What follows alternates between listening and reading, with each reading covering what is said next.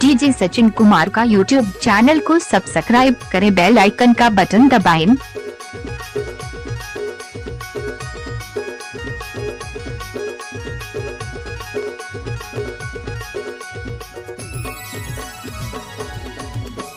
मोर सही डौका खोजे माँ कहाँ पावे का, मोर सही डौका खोजे माँ कहाँ पावे, मोर सही डौका खोजे माँ नहीं पावे, वो मोर सही डौका खोजे माँ कहाँ पावे।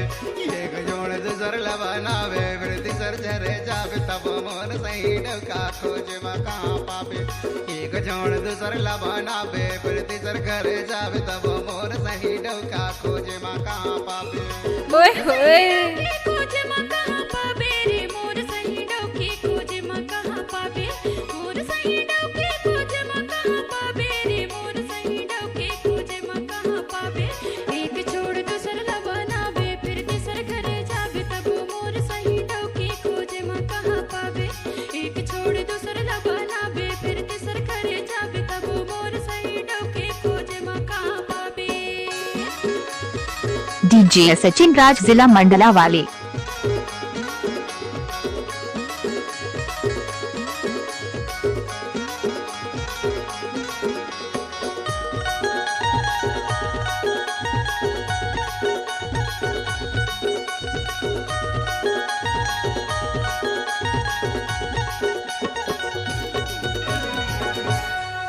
अरे मोर संग मुँह लड़ावे तो मुटका मारे खावे। अलकरहा मत गोठिया। अरे मोर संग मुँह लड़ावे तो मुटका मारे खावे, वो सौंप दे हूँ तोर मई के माले उमर भर पछतावे, ओ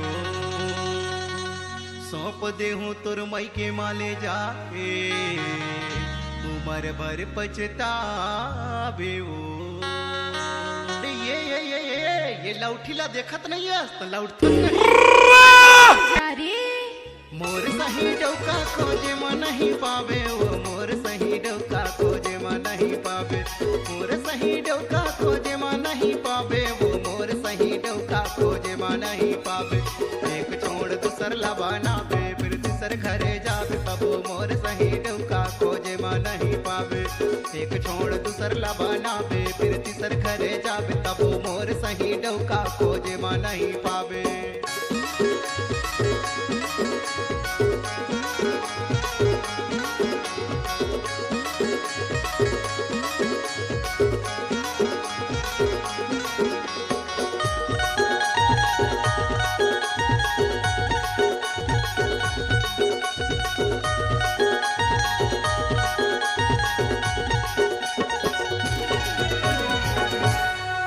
काखर बुध मा परे घर दुराला धरे गहना। अरे काखर बुध मा परे घर दुराला धरे गहना।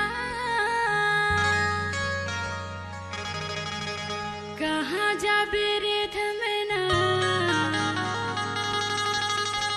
किंदर घूमर के आबे हे अंगना। औ कहाँ जाबे रे धमना, किंदर घूमर के आबे हे अंगना।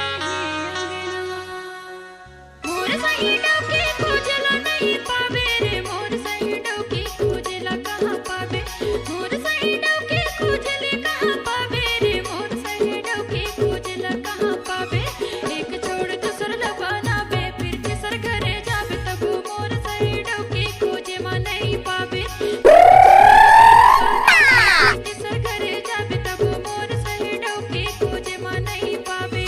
तोर सही डौकी खोजे माँ नहीं पाहूँ, वो तोर सही डौकी खोजे माँ नहीं पाहूँ, तोर सही डौकी खोजे माँ नहीं पाहूँ, वो तोर सही डौकी खोजे माँ नहीं पाहूँ। मोला छोड़ता हूँ जने जाबे यो महू नहीं जाऊँ, कबर तोर सही डौकी खोजे माँ नहीं पाऊँ। मोला छोड़ता हूँ जने जाबे यो महू नहीं जाऊँ, वो तोर सही डौकी खोजे माँ